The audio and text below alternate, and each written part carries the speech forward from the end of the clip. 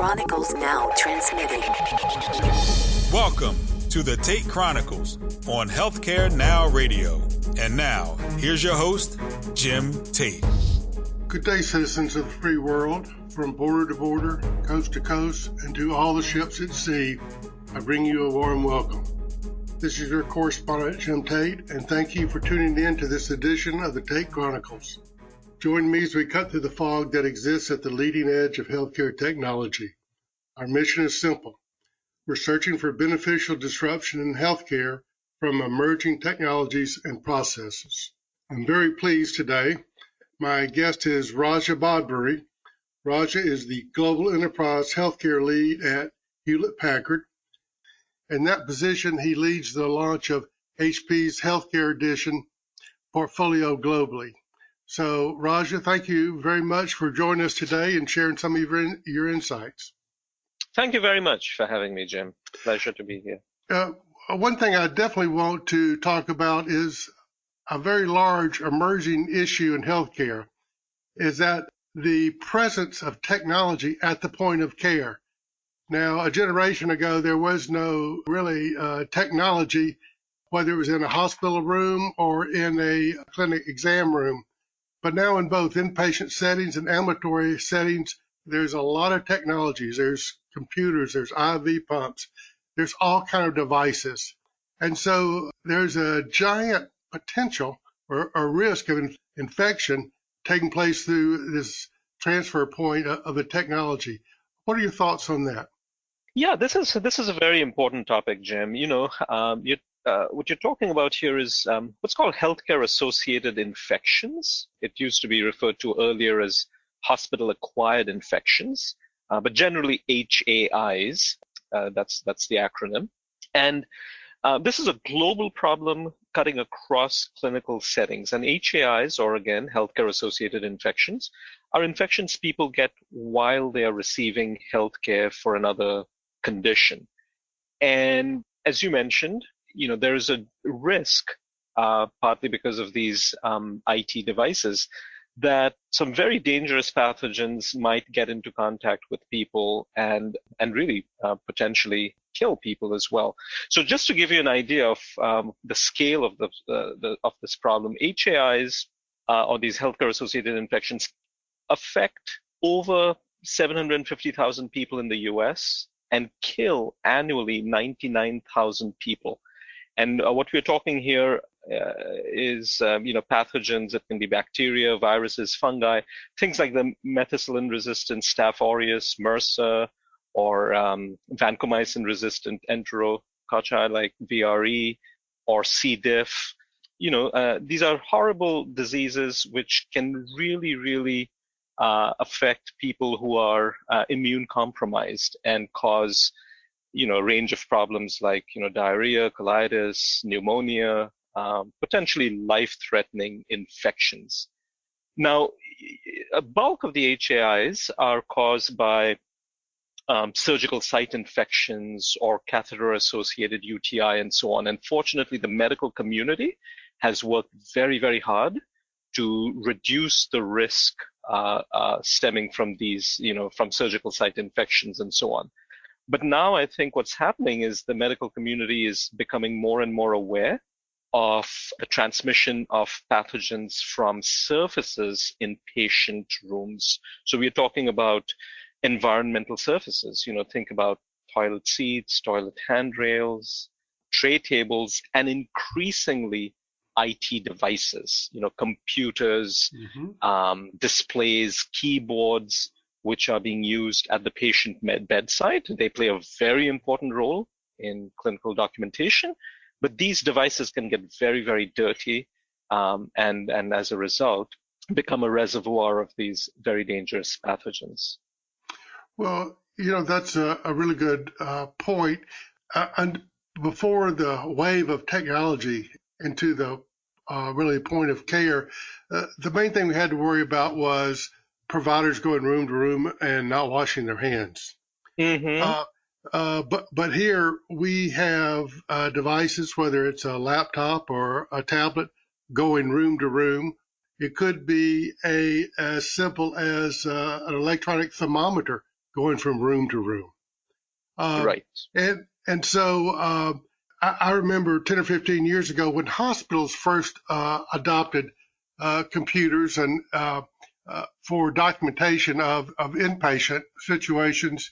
They called them computers on wheels, CALs.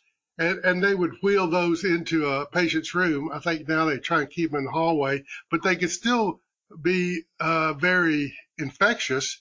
And anybody who's touching those devices is taking those pathogens directly into the environment where the patient is. So what is the solution? What can be done? Yeah, I mentioned earlier, the risk that environmental surfaces in general pose. I think what makes this especially tricky is that while hand hygiene is one of the most important interventions in our efforts to eliminate healthcare-associated infections, hand hygiene rates are really very low, unacceptably low, and varies a lot among healthcare providers. And therefore, it is very, very important to make sure that these IT devices, computers, keyboards, and displays are routinely cleaned and disinfected with hospital-grade germicidal wipes.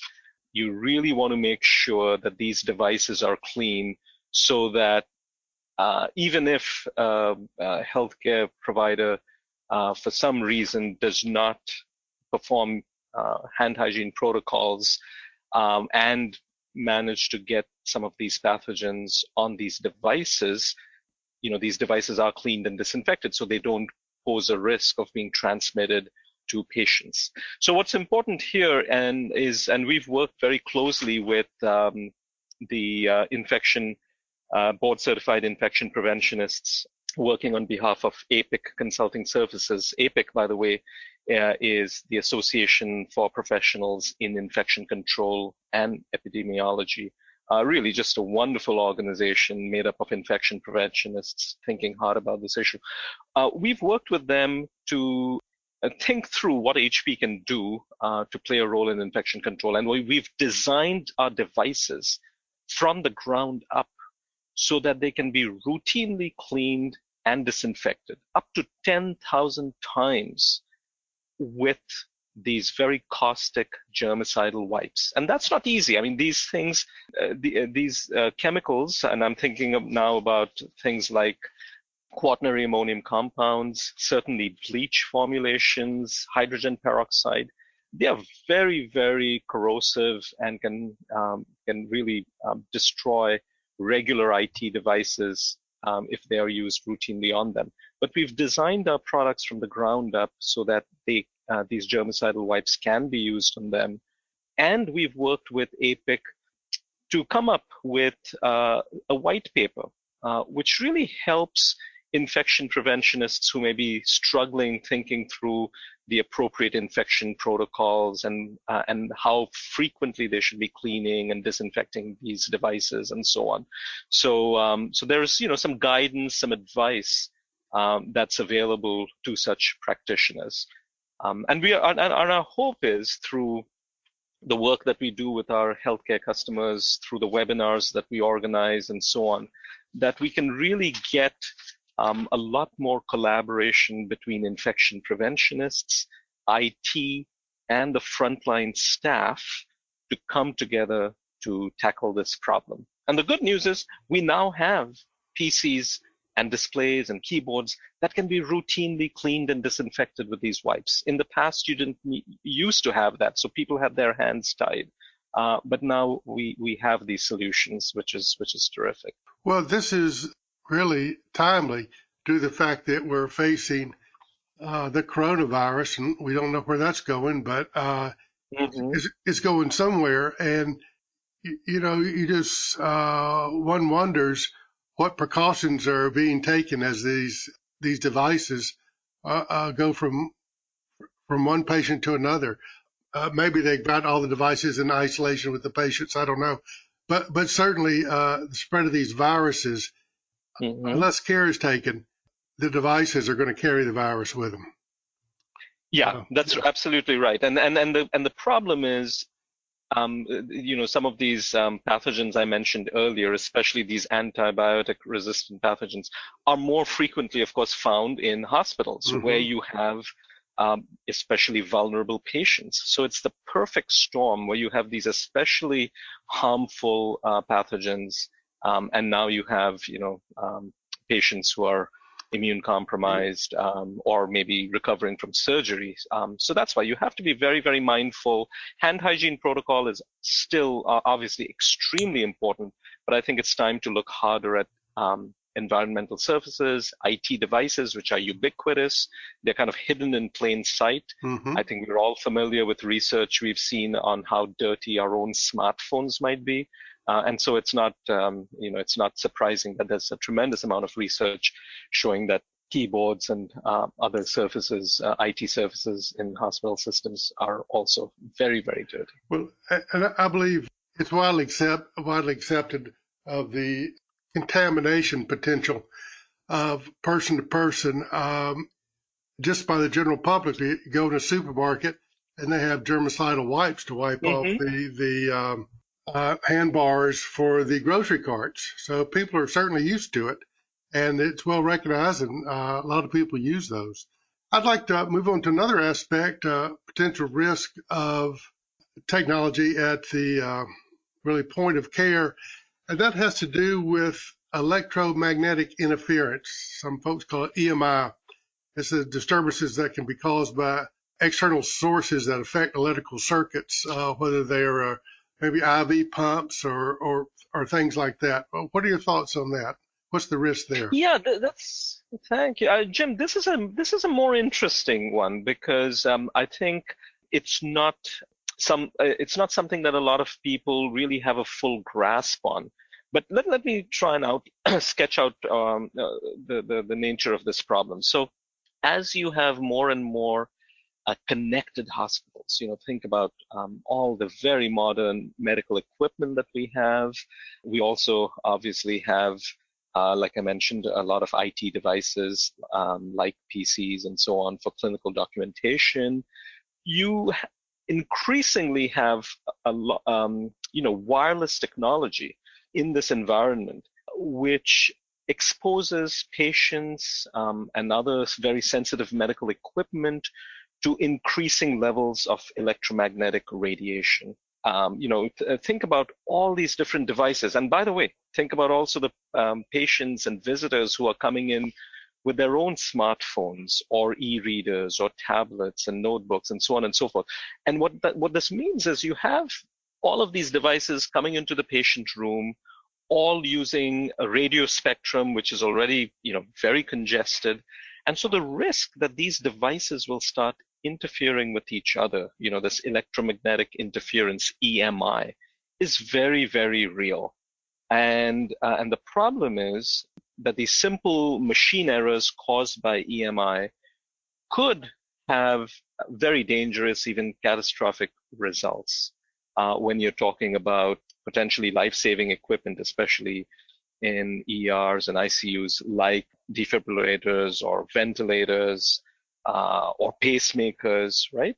So even small glitches can potentially cause an enormous amount of harm. So it's just lots of devices, lots of wireless devices equals an increasing level of electromagnetic radiation and therefore chances of interference that could potentially be very harmful. So we're bringing in the potential risk from these technological devices, increase electromagnetic interference. You've kind of outlined the risk. What can be done to minimize this risk? So what's important here is really for the hospital staff, and especially folks who are biomedical engineers, clinical engineers, to think really hard about the electromagnetic environment of the facility, to very systematically think about all the devices that they're using in the emergency rooms and intensive care and, other places in the clinical setting as well. And think about what that means. How do they manage that electromagnetic environment? How do they really think through the procurement and purchase of electrical equipment, electronic equipment, in order to ensure that EMI is kept at a minimum and that you really have good electromagnetic EMC among these devices. So that's really, really important. And what we've done at HP is very carefully designed our healthcare edition products to be certified at this much higher level. It's called the 60601-1-2. It's an IEC standard. Medical devices, by the way, are required to meet this higher standard so that the emissions are kept at a minimum, patients are safe, sensitive medical equipment doesn't malfunction.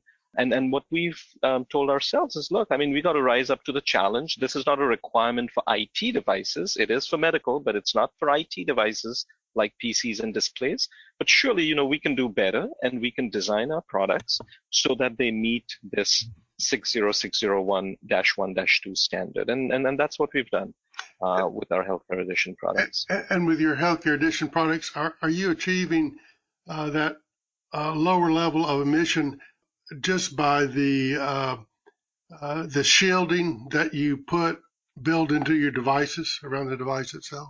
Yeah, there are several things that we've done, exactly, and this is one of them. I mean, it's just really designed from the ground up in order to meet these standards, and basically, as our products get into the patient room and into the patient vicinity, so that the care providers can do their documentation and so on, they, because they have been designed this way, there is much less risk that they may inadvertently affect a patient with a pacemaker or, somehow interfere with an infusion pump or something like that. I know that next month, we're recording this in February. In March is the annual global conference, the HIMSS conference. It's the 20th year. Be 45,000 people involved in health information management, technology. And I know HP is going to have a very large presence there, booth 1541. What's going to be in the booths, and what can we see there? Yeah, we are very excited about HIMSS. It's a very important show. So at the HP booth, booth number 1541, this year, HP will demonstrate its end-to-end healthcare solutions. So we'll have a very large 3,500 square foot booth, and visitors will be able to see a patient journey.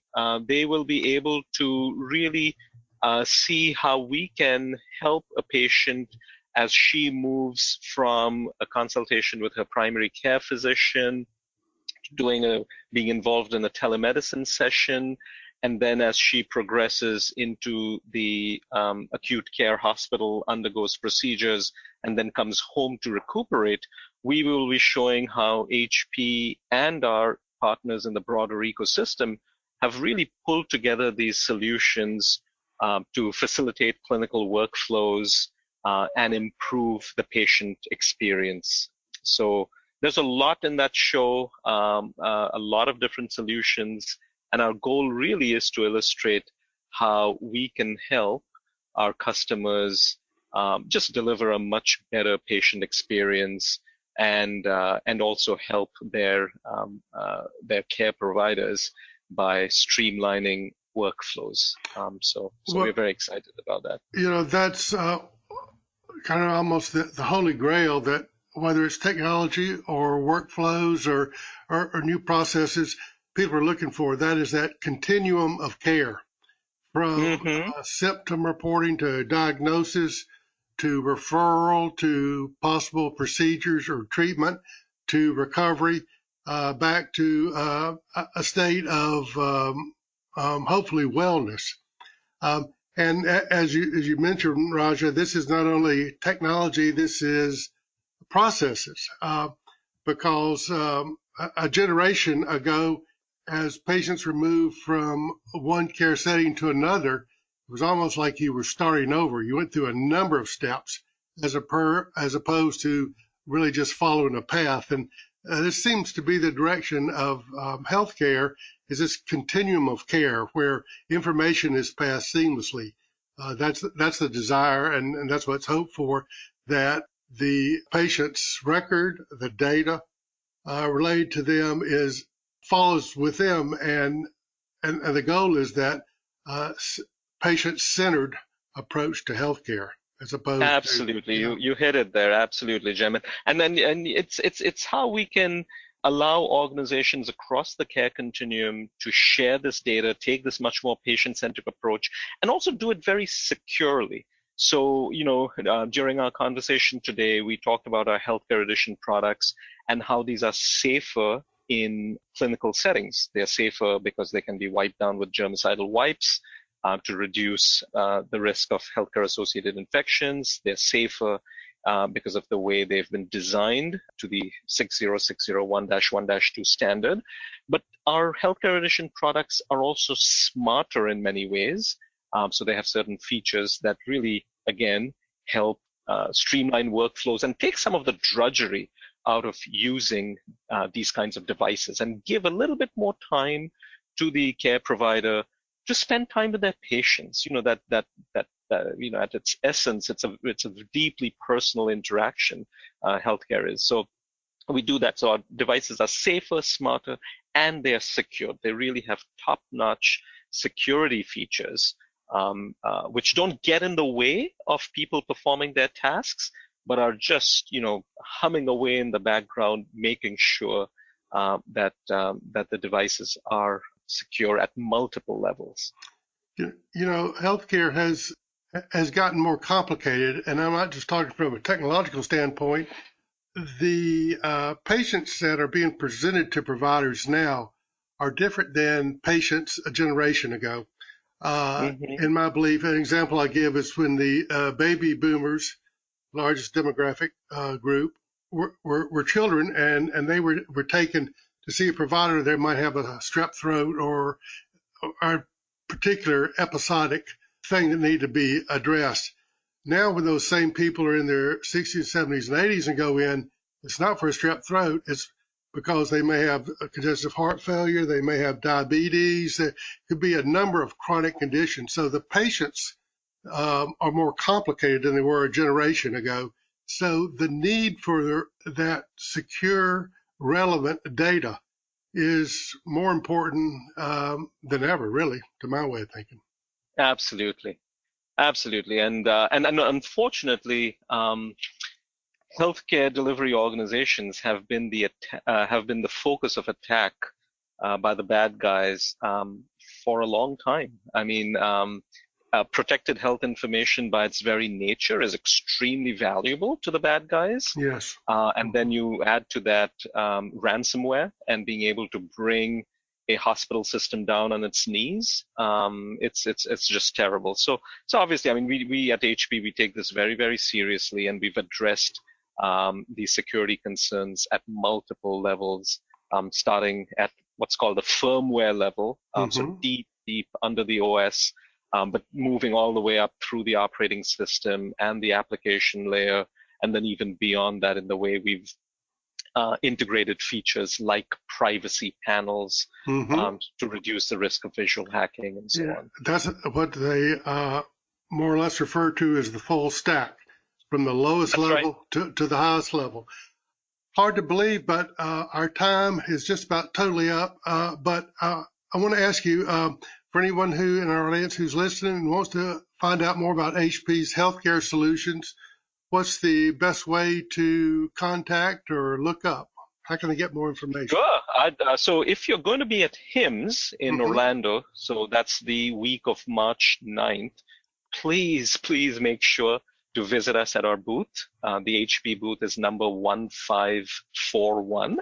And if you let some of the booth staff members know that you're there and that you heard this podcast, I'd be so happy to meet with you and show you some of our solutions. Good. I'm going to be there, so I'll look you up. I'll look you up for sure. Oh, that's perfect. Yeah. I'd love to see you there, Jim. Yeah. And then we'll also, we have a website which showcases our Healthcare Edition solutions and other solutions we have for healthcare. So that website is hp.com/go/healthcare.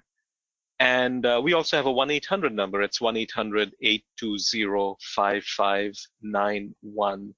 Once again, it's 1-800-820-5591 for those wanting to learn more about HP's healthcare solutions. Well, thanks for that information.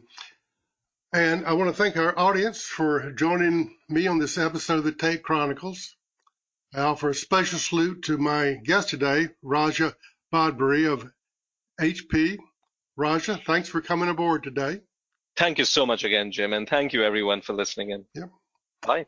You can find more information on this show's program page at healthcarenowradio.com. Until we meet again, here's wishing you smooth sailing and safe harbors. Tate Chronicles transmission ending now.